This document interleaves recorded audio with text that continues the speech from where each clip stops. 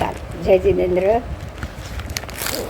तो जो भावित आत्मा अणघार की जो ज्ञान शक्ति है, हम उसी का टॉपिक ले रहे हैं कि कर्म बंध योग्य आत्म परिणाम को कर्मलेश्या कहा गया है। कृष्ण, नील, कापोत आदि उसके 6 प्रकार है। कर्मलेश्या के 2 भेद होते हैं, एक है द्रव्यलेश्या, एक है भावलेश। तो जो आत्म परिणाम पुद्गल द्रव्य को लेकर कर्मबंध हो, तब उसके ऊपर जो लेश्या कर्मबंध के रूप में लगती है ना, कार्मण वर्गणा, वो है द्रव्यलेश। जब भी मैं अशुभ सोच रही हूँ तो मैं मेरे आसपास से अशुभ पुद्गलों को ग्राह्य करूँगी और उसको मैं उस पुद्गल को मैं अपने आत्मा प्रदेश के ऊपर लेपूंगी। अगर मेरी जो सोच है वो अशुभ होगी तो मैं अशुभ कर्म को लेपूंगी, और अगर मेरी जो सोच है वो शुभ होगी तो मैं उस समय शुभ कर्म को लेपूंगी। बराबर। तो वो हो गए। अब यहाँ 2 चीज़ आई, सोच भी आई, भाव और भावना। सोच है वो, बराबर। मेरे क्या भाव है, मतलब मैं क्या सोच रही हूँ। तो जो सोच है, जो भावना है, वो हुआ भावलेश। और जो भाव से अगर मैं अशुभ भाव से सोच रही हूँ तो जो चीज़ मेरे आत्म प्रदेश पर लेपा जाएगा, जो वर्गणा लगेगी, वो होगी कार्मण वर्गणा, जो मैं पुद्गल द्रव्य से खींचकर जो कर्म है उसके लायक कर्म द्रव्य की कार्मण वर्गणा में खींचकर मेरे ही आत्म प्रदेश पर लेपूंगी। वो हो गया द्रव्यलेश। बराबर। तो द्रव्यलेश्या है, वो है ऐसी कार्मण वर्गणा कि जिसको आत्मा अपने आत्म प्रदेश के ऊपर लेपता है। और भावलेश्या हो गई वो ऐसी कार्मण वर्गणा कि जो मेरे सोचने के कारण अशुभ सोच, अगर मैंने अशुभ सोचा है तो क्लिष्ट यानी कि चिक्कट उसमें मिश्रण हो जाएगा। और मैंने संजवलन मतलब ऐसे ही जैसे बहुत ही शिथिल राग द्वेष से अगर वो सोचा है, शिथिल, अरे भाई बच्चा है, वो गुस्सा तो करना पड़ेगा लेकिन शांति से बात करूँ, ऐसा बच्चा है उसको एक बार डांट दूंगा बस, ऐसे अगर मैं शुभ तरीके से सोचूंगी तो वो हो गई शुभलेश्या। बराबर।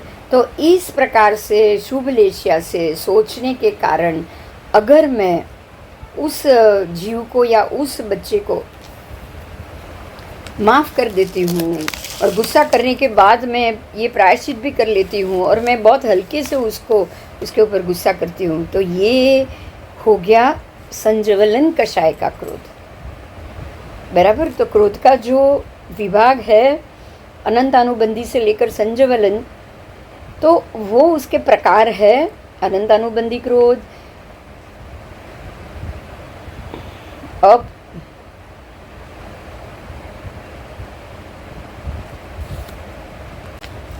दूसरा, उसके बाद अप्रत्याख्यानीय क्रोध, फिर प्रत्याख्यानीय क्रोध और लास्ट में संजवलन क्रोध। तो ये 4 प्रकार के विभाजन है। जैसे ही उसमें आपके विभाजन के युक्त आएगी वैसे ही उसकी लेश्या का भी विभाजन होगा।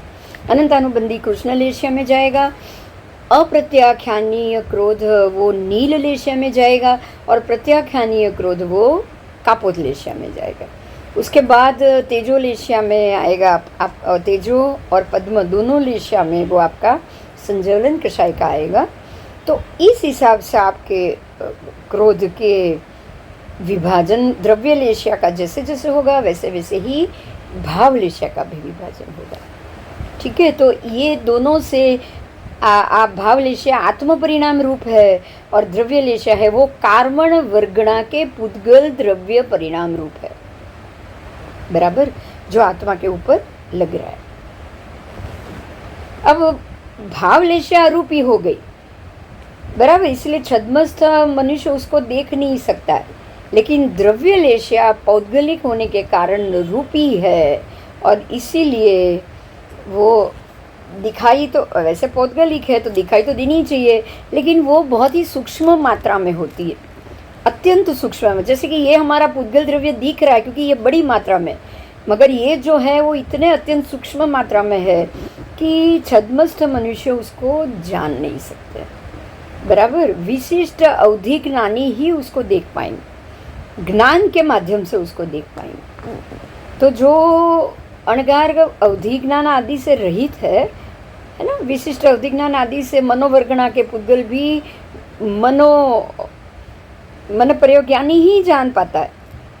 तो ऐसे ही इसको नहीं देख सकते, बराबर। अवधि ज्ञान आदि से रहित अणगार या छद्मस्थ उसको नहीं जान सकता, नहीं देख सकता। लेकिन जो लेशिया युक्त जीव का स्थूल शरीर है ना, वो रूपी है। लेशिया से लगा हुआ मेरा स्थूल शरीर वो रूपी है। तो मुझे देखकर भावित आत्मा अणगार उसको जान सकता है कि ये व्यक्ति कौन सी लेशिया के क्रोध से निकल गई है। आप भी अगर किसी व्यक्ति को गुस्सा आए तो आपको मालूम पड़ जाएगा। अगर कोई गुस्से में छुरा लेकर आ जाए तो आपको पता चल जाएगा कि ये जरूर कृष्ण लेशिया वाला।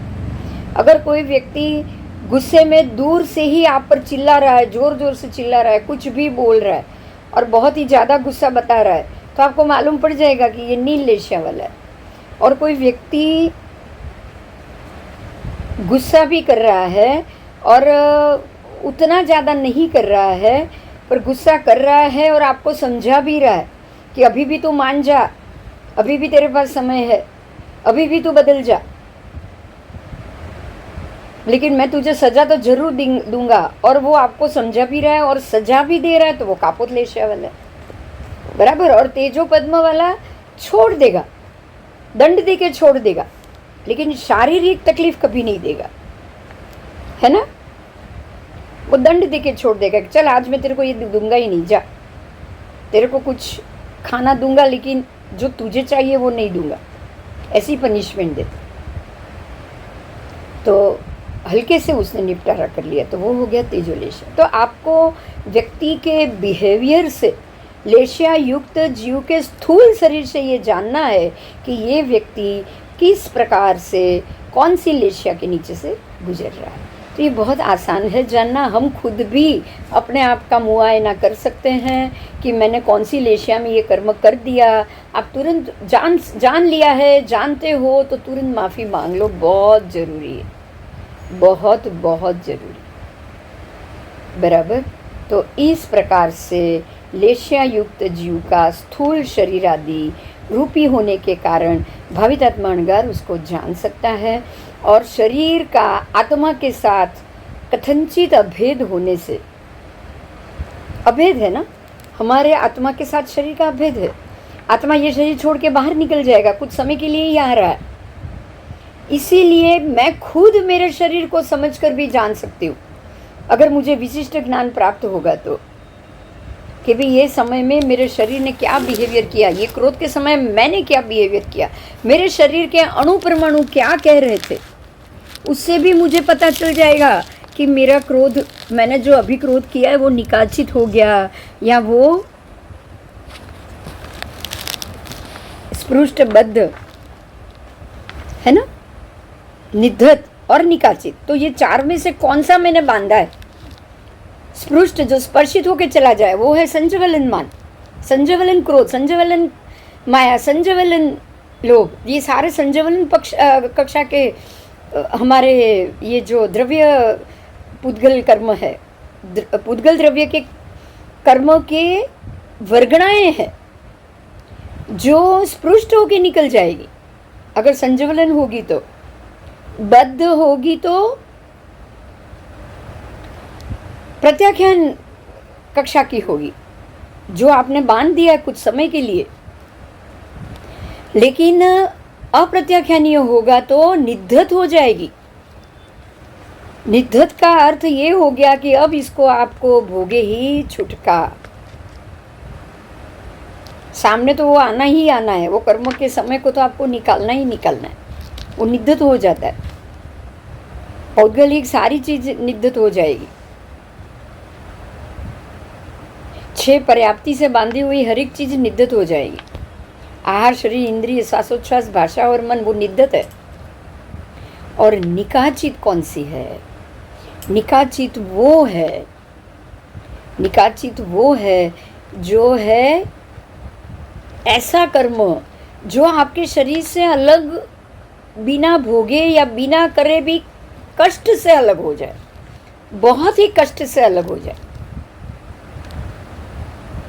बहुत ही कष्ट से वो आपने उसको बांधा है, बहुत क्लिष्ट होके बांधा है, बहुत ही अशुभ लेशा में उसको बांध दिया, अनंतानुबंधी कषाय के रूप से आपने बांध दिया।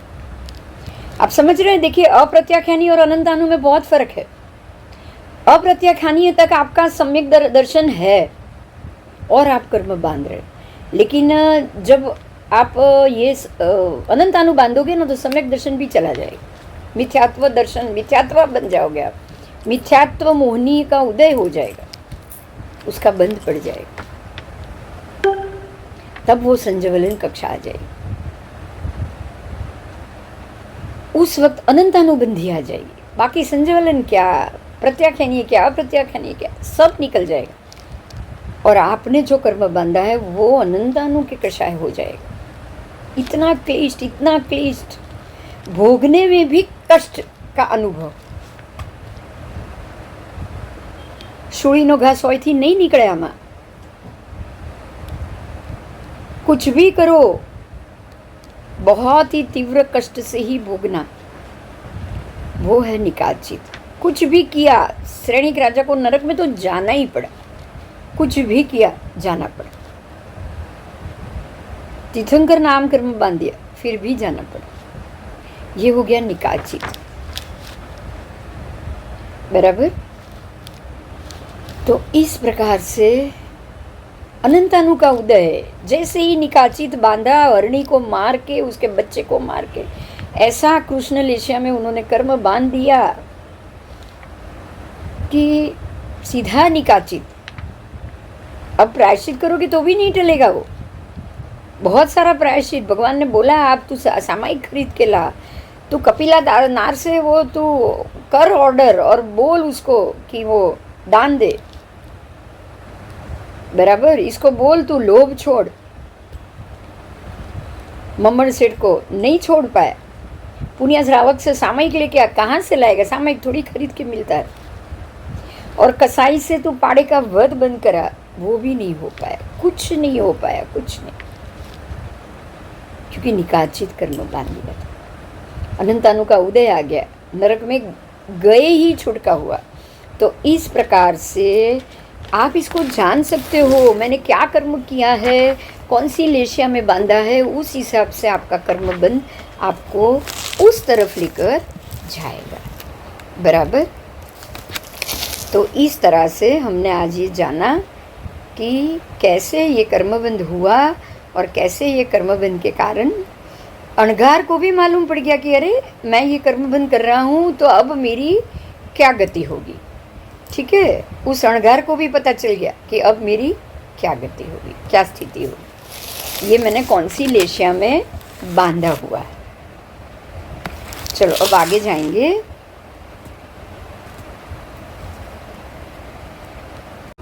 चलो, हमने जाना कि आत्मा से कर्म सर्वथा अभेद है, अलग ही है। इसीलिए शरीर और आत्मा अलग होने के कारण आत्मा अपने ही बंधे हुए, खुद को बांधे हुए शरीर की प्रकृति जानकर, उस पर लगे लेशिया द्रव्य को जानकर वो जान सकता है, ज्ञानी आत्मा जान सकता है कि उसने कैसे कर्म का बंध किया हुआ। आइए, स्वरूपी वर्णादि सकर्म लेश्य, बराबर? स्वरूपी यानी कि वर्ण गंध रस स्पर्श से युक्त ऐसा सकर्म लेश्य कर्म, बराबर? कर्म किए हुए लेश्या और उसका कर्म के योग्य कृष्णादि लेश्या के स्कंध क्या प्रकाशित होते हैं, क्या प्रभासित होते हैं, क्या उद्योतित होते हैं या क्या प्रतापित होते हैं? ऐसा पूछा गौतम स्वामी कि वो जो स्वरूपी वर्णादि युक्त फिर वो निकाचित कर्म हो या ऐसे कर्म हो, क्या वो प्रकाशित होते हैं, क्या वो समझ में आता है, क्या वो दिखाई देते हैं?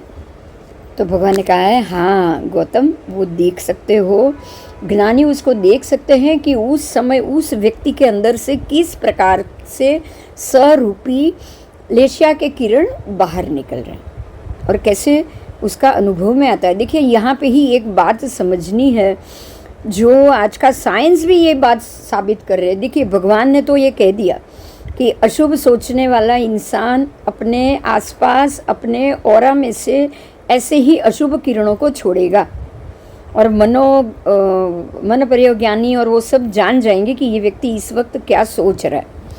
तो ये ज्ञानी जान लेता है। मगर आप आज आपको एक बात समझनी है, आज का साइंस इसको बहुत अच्छे से जानता है। परमात्मा की ये बात कितनी सही है वो आज का साइंस बरोबर समझा देगा। कैसे कि आजकल ऐसी व्यवस्था मिली है जिसको हम वो टेस्ट बोलते हैं कि अगर कोई अशुभ कर्म किया हुआ कोई कैदी हो या जिसके ऊपर कोई चार्ज लगा हुआ हो, उसको ये टेस्ट किया जाता है। अभी तो मुझे वो टेस्ट का नाम तो नहीं याद आ रहा है, लेकिन आपको पता होगा कि वो टेस्ट को उसके शरीर से सारे वायर लगाया जाता है, और अगर वो झूठ बोलता है तो तरंग के मामले से वो पकड़ा जाता है। वो जो जवाब देगा वो जवाब उसको पर्टिकुलर एक के बाद एक देना होता है।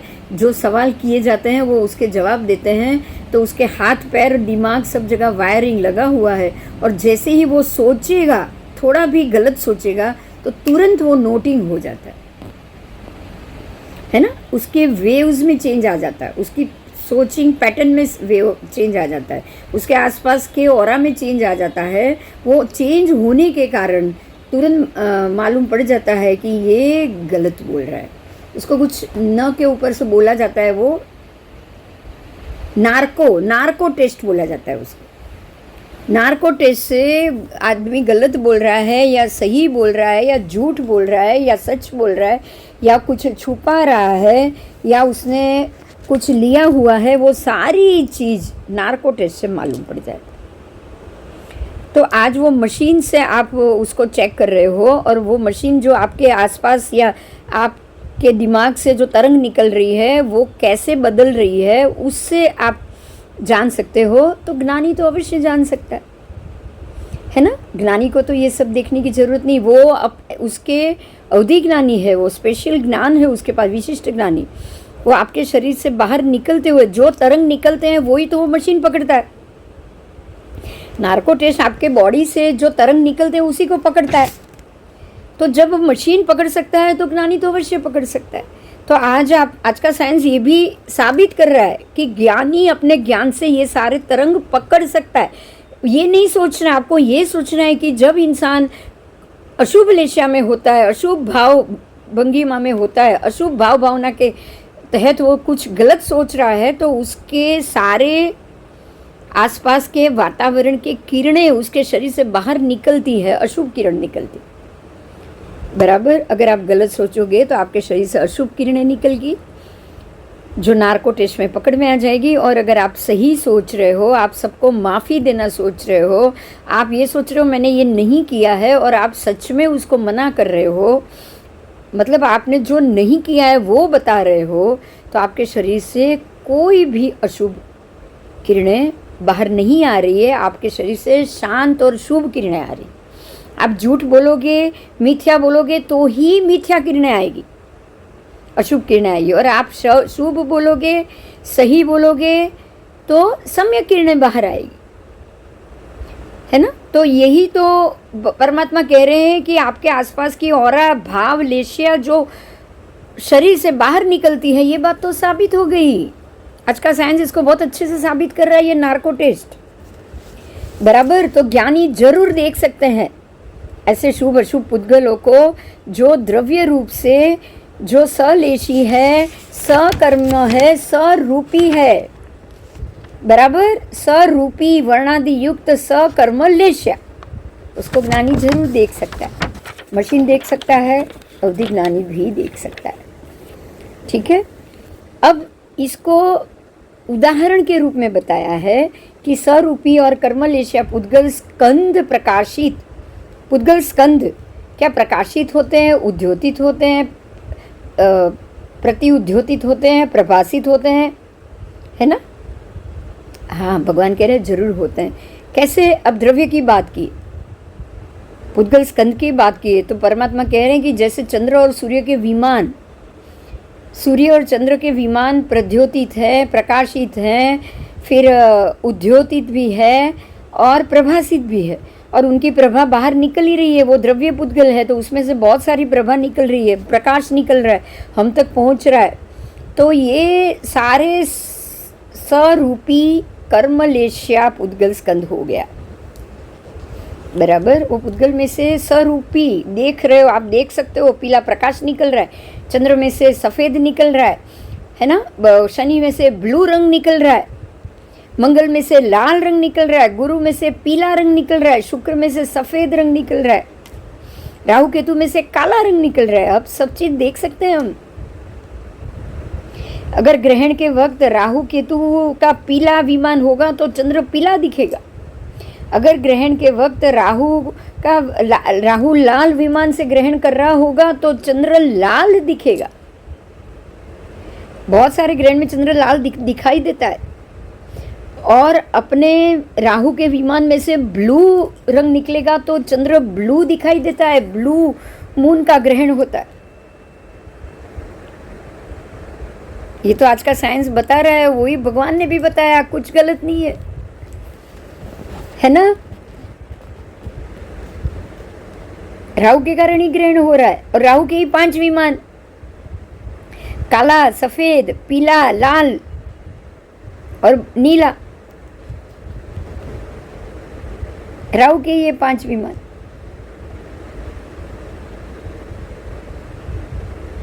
है ना। कहाँ साइंस और कहाँ धर्म गलत है, सोचो। हम साइंस को सही मानकर बैठ गए हैं, भगवान की बातें साइंस साबित कर रहा है। तो साइंस की सारी बात मानकर भगवान की बात की अवगणना नहीं करनी चाहिए। भगवान की सारी बात मानो और साइंस में उसका उपाय ढूंढो। साइंस को वो दिशा में ले जाओ जहां भगवान ने बताया। अणु, परमाणु, सूक्ष्म सूक्ष्म अणु, भगवान ने परमाणु बताया, सूक्ष्म परमाणु का एक कणिया, वही तो है प्लूटोन। परमाणु प्लूटोन है, बराबर। अब प्रदेश परमाणु मतलब 2 परमाणु इकट्ठे हो गए, 2 परमाणु इकट्ठे हो गए तो वो हो गया न्यूट्रॉन।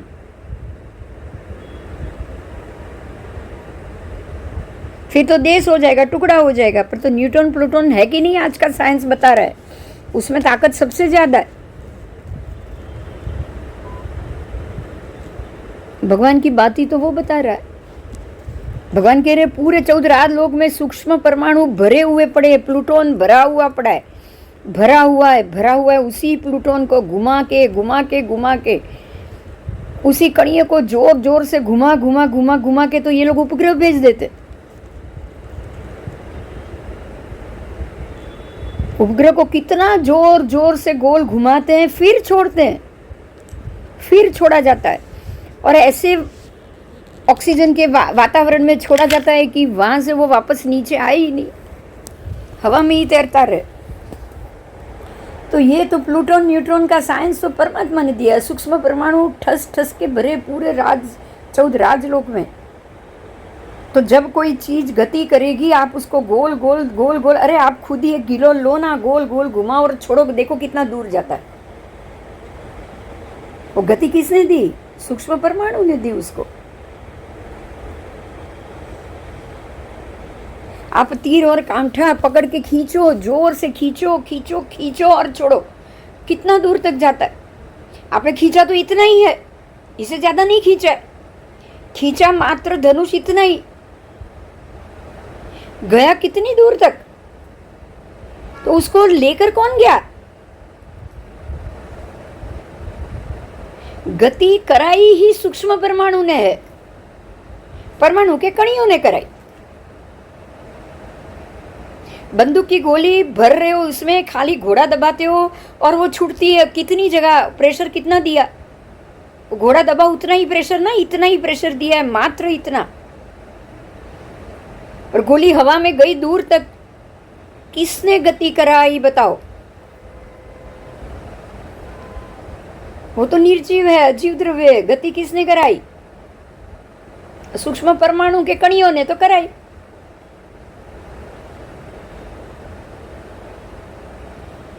और इसी तरह से गोल गोल चीज को घुमाते रहो, यान को घुमाते रहो, घुमाते रहो, घुमाते रहो, फिर उसको छोड़ो। तो जितनी ऊंचाई, चंद्रयान चंद्र तक पहुंच गया, मंगलयान मंगल तक पहुंच गया, क्यों नहीं पहुंचेगा? कौन लेके जा रहा है?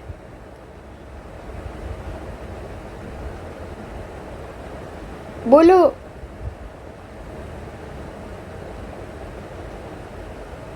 इससे भी ऊपर तक जा सकते हो आप, क्योंकि ये 14 राजलोक जो सूक्ष्म परमाणुओं से ठस के भरा हुआ है, वो ही गति देता है उसको।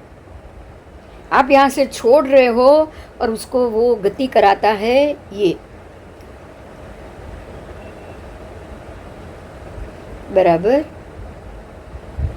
तो इस प्रकार से पुद्गल परमाणु, स्वरूपी पुद्गल स्कंद, वो तो कणिया है जो गति कराता है, लेकिन सूर्य चंद्र के विमान स्कंद बन चुके।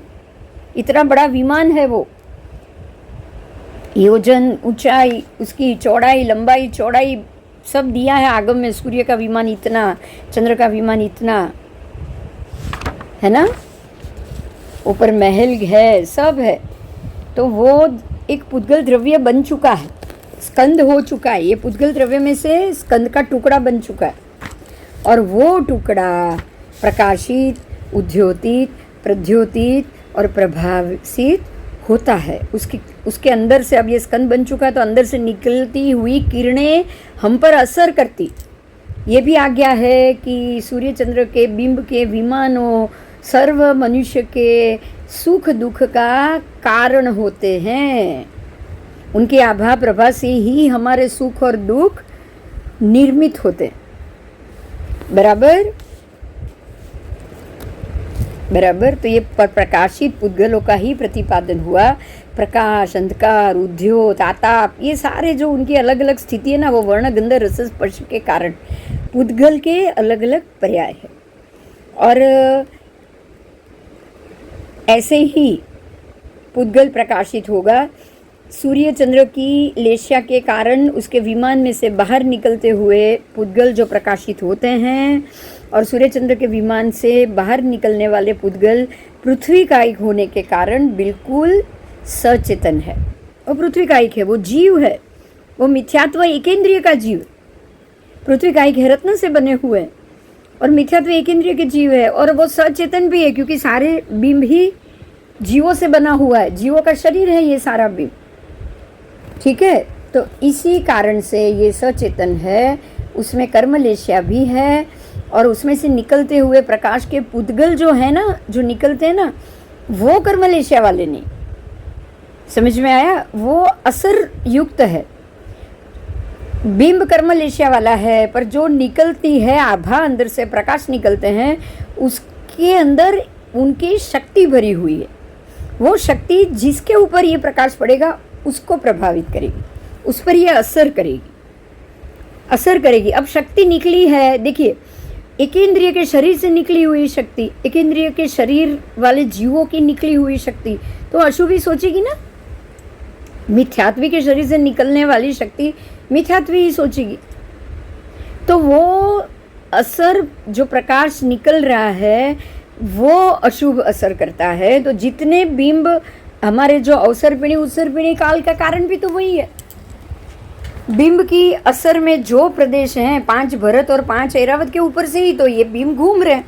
ये सारे जो सूर्य चंद्र के विमान घूम रहे हैं, वो 5 भरत और 5 ऐरावत के ऊपर से ही घूम रहे हैं, और वही उसी प्रदेश के ऊपर उनका प्रकाश गिरता है। तो जब भी उत्सर्पिणी काल आएगा, तब ये सूर्य बिंब अपने किरणों को उसके प्रकाश की असर से ऊपर जाता जाएगा। बीम ऊपर ऊपर चढ़ते जाएंगे। बीम जैसे ही ऊंचाई को तय करेंगे, उनके प्रकाश की असर कम होगी। तो धीरे धीरे अभी जो काल है, बुरा काल है, उससे हम अच्छे काल की तरफ जाएंगे, क्योंकि वही किरणों का प्रकाश अशुभ असर को कम करता जाएगा। ठीक है। तो उत्सर्पिणी काल में 500 धनुष की काया, उससे भी पहले आर्य में 3000 धनुष की काया, 1.5 गाँव 1500 धनुष की काया तक पहले जो हम उसको बोला गया है 1.5 गाँव की काया है ना, 1.5 गाँव का शरीर, फिर धीरे धीरे धीरे धीरे 1000 धनुष, फिर धीरे धीरे धीरे धीरे तीसरे आरे में 500 धनुष, और फिर धीरे धीरे धीरे धीरे चौथे आरे में ये 500 से लेके 7 हाथ की ऊंचाई जो घटती जा रही है। देखिए आप, धीरे धीरे घटती, पहले तीर्थंकर की 500 धनुष की का, दूसरे तीर्थंकर 4.5 धनुष, तीसरे 400 धनुष, फिर 350 धनुष, ऐसे घटते घटते घटते घटते अंतिम परमात्मा प्रभु महावीर 7 हाथ के हुए। और फिर तो 7 हाथ से जैसे नीचे काया गई, मोक्ष भी बंद हो गया, क्योंकि संग्रहण ही बंद हो गया। संग्रहण 7 हाथ के नीचे की काया वाले को मिलेगा ही नहीं, मिलेगा ही नहीं, बराबर। उसके नीचे की काया वाले को संग्रहण नहीं मिलेगा। अब आपको यहाँ एक और मैं एग्जाम्पल दे रही हूँ। ऐसा कहते थे कि जो राणा कुंभा थे कुंभलगढ़ में, जिन्होंने कुंभलगढ़ बांधा है, आज का साइंस आप सब जानते हो, वो कुंभलगढ़ का राणा 8 फुट की ऊंचाई का था।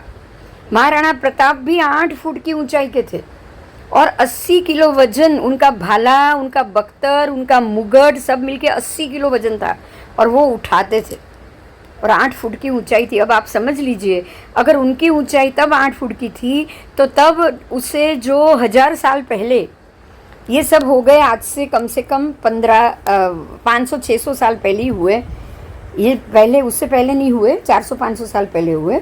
राणा प्रताप के पहले ही राणा कुंभा हुए, उससे पहले राजा संप्रति थे, जिन्होंने ये कुंभलगढ़ का महल, तब वो मच्छेंद्रगढ़ नाम था, और संप्रति राजा ने ये पूरा गढ़ बनाया था। उससे पहले उनके दादा अशोक, सम्राट अशोक थे। सम्राट अशोक के पौत्र थे राजा संप्रति, जिन्होंने 1.25 लाख मंदिर भराए और 1.25 करोड़ प्रतिबिंब भराए। और आज भी कुंभलगढ़ के अंदर 300 मंदिर जो टूटे हुए अवशेष पड़े हैं, वो संप्रति राजा के बनाए हुए। तो पूरा गढ़ जिसका नाम था मच्छिंद्रगढ़, और वो संप्रति राजा ने बनाया था।